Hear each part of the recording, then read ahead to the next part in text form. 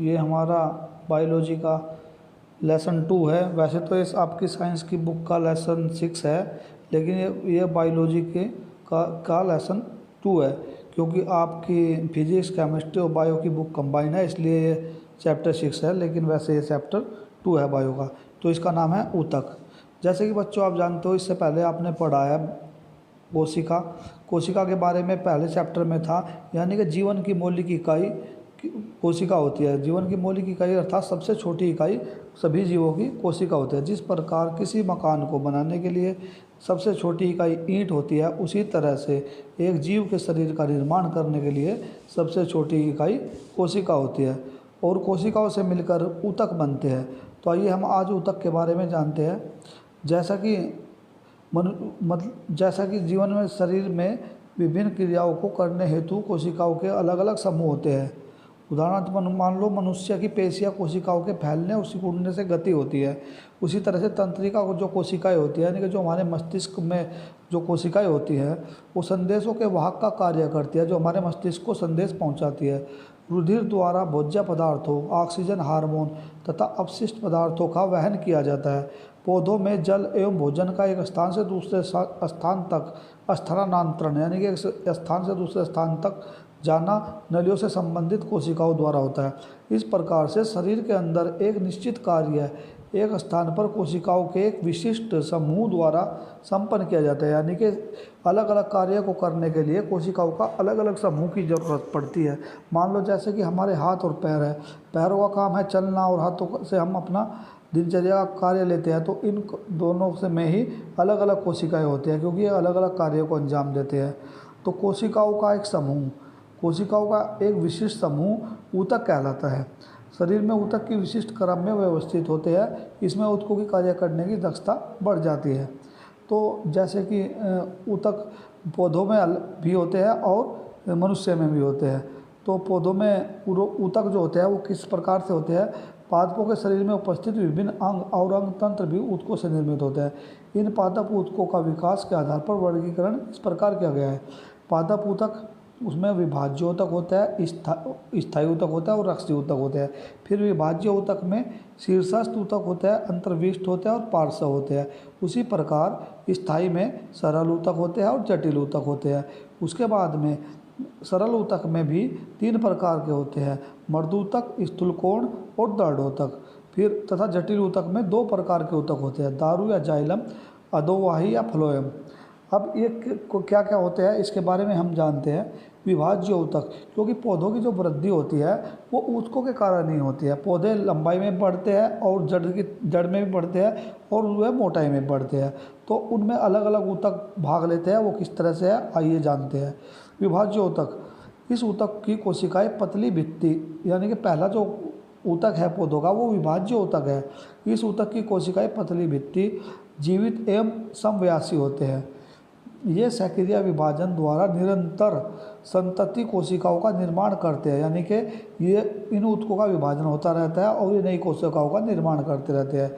इसमें से कुछ कोशिकाएं स्थायी ऊतकों में बदल जाती है तथा कुछ विभाज्य ही बनी रहती है। और पादप के विभिन्न अंगों का निर्माण, जो पौधा होता है उसके विभिन्न अंगों का निर्माण और जो वृद्धि होती है वो इस प्रकार के विभाज्य ऊतकों का जंतुओं में अभाव होता है। जंतुओं में ये ऊतक विभाज्य ऊतक नहीं होते कुछ, किंतु पादपों में इनकी उपस्थिति के, यानी कि पौधों में इनकी उपस्थिति के कारण ही पौधों में वृद्धि की क्रिया जीवन पर्यंत चलती रहती है तथा ये पादपों में वृद्धि करने वाले भागों में ही पाए जाते हैं, जैसे कि तने, फूल, पत्तियां, जड़, कैम्बियम आदि।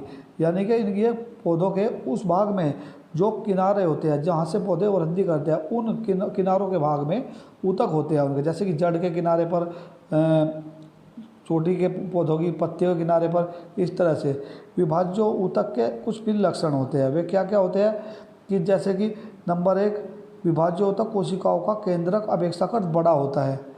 और नंबर 2, कोशिका द्रव्य इसका घना होता है। नंबर 3, इनमें रसधानियाँ या तो अनुपस्थित होती है या आकार में छोटी एवं संख्या में कम होती है। नंबर 4, कोशिकाओं के बीच अंतरकोशीय स्थान नहीं होता है। प्रत्येक कोशिका का आवरण पतली सेलुलोज की बनी कोशिका भित्ति के रूप में होता है। अब विभाज्य ऊतक के क्या क्या प्रकार होते हैं? नंबर 1, शीर्षस्थ विभाज्य ऊतक। यह ऊतक जड़ तथा तने के शीर्ष भागों में पाई जाती है, क्योंकि जहाँ से पौधे वृद्धि करते हैं। यह ऊतक जड़ों तथा तने के शीर्ष भागों में पाई जाती है। इसके विभाजन से जड़ और तने की लंबाई में वृद्धि होती है।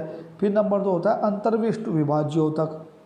ये पत्तियों के आधार पर व टहनी के पर, जो टहनी के जो पर होते हैं जहाँ से वे टहनी जुड़ी रहती है, जहाँ से निकलती है और उसमें पर होता है, उनके दोनों ओर उपस्थित होते हैं। इन कोशिकाओं के विभाजन से पत्तियों एवं परों की लंबाई में वृद्धि होती है। ये चित्र द्वारा समझाया गया है। इसमें ये शीर्षस्थ विभाज्य ऊतक हैं और अंतर्विष्ट विभाज्य ऊतक ये पर में पाए जाते हैं। और फिर होता है पार्श्व विभाज्य ऊतक। पार्श्व विभाज्य ऊतक क्या होता है, या इसे कैम्बियम भी बोलते हैं। इसकी कोशिकाओं में के विभाजन से तने या जड़ की मोटाई में वृद्धि होती है। फिर उसके बाद में विभाज्य ऊतक के बाद में पौधों में होता है स्थायी ऊतक। विभाज्य ऊतक की कोशिकाएं विभाजित होकर विभिन्न प्रकार के स्थायी ऊतकों का निर्माण करती है। कोशिका का एक ऐसा समूह जिनमें वृद्धि एवं विभाजन की क्रिया या तो स्थायी रूप से या कुछ समय के लिए रुक गई होती है, स्थायी ऊतक कहलाते हैं। इस प्रकार से विशिष्ट कार्य करने के लिए स्थायी रूप व आकार लेने की क्रिया को विभेदीकरण कहते हैं। विभेदीकरण किसे कहते हैं, यानी कि विशिष्ट कार्य करने के लिए स्थायी रूप व आकार लेने की क्रिया को विभेदीकरण कहते हैं। स्थायी ऊतक लगभग सभी पौधों में पादपों में पाए जाते हैं। ये मुख्यतः पौधे के हरे भागों की त्वचा, जड़ों, तनों, पत्तियों एवं फूलों के डंठलों, फलों के गुद्दे एवं बीज में पाए जाते हैं। जाइलम एवं फ्लोएम का निर्माण भी स्थायी ऊतकों से होता है। जाइलम एवं फ्लोएम क्या किसे कहते हैं वो हम आगे समझेंगे। यानी कि जैसे पौधों में जल जड़ों के द्वारा ऊपर जाता है और वे फिर विभिन्न भागों में जाइलम और फ्लोएम के द्वारा ही गति करता है, उनके द्वारा ही पहुंचाया जाता है। इन जाइलम और फ्लोएम को हम विस्तारपूर्वक आगे चर्चा करेंगे। स्थायी ऊतक को पादप का मूल ऊतक अथवा आधारभूत ऊतक भी कहते हैं, क्योंकि यह पादपों के शरीर का आधार होता है तथा इसमें अन्य सभी ऊतक संयोजित रहते हैं। तो स्थायी ऊतक के फिर कुछ लक्षण हैं, वो इस प्रकार है। स्थायी ऊतक के लक्षण ये आप पढ़ लेंगे अच्छी प्रकार से, आपकी बुक में है। उसके बाद में स्थायी ऊतक के प्रकार होते हैं। वे साधारण या सरल स्थायी ऊतक होते हैं और इसमें भी फिर उसके प्रकार होते हैं, जैसे कि पैरेन्काइमा या मर्दूतक। ठीक है बच्चों। नंबर है कलेन्काइमा या स्थूल ऊतक, पूर्ण ऊतक। तो इस तरह से हम ऊतक के बारे में अच्छे से अध्ययन करेंगे अपनी बुक से। इसको आपको लेसन को अच्छी प्रकार से पढ़ना है। अगर आप लेसन को नहीं पढ़ोगे तो आपकी समझ में नहीं आएगा। अगर आप समझोगे तो आपके क्वेश्चन आंसर और पूरा लेसन आपकी समझ में आ जाएगा। इसलिए पाठ को पढ़ना अनिवार्य है। और इसी प्रकार से जैसे पौधों के ऊतक होते हैं ऐसे ही मनुष्य में भी ऊतक कार्य करते हैं, अतः इनका अध्ययन करेंगे। Thank you very much.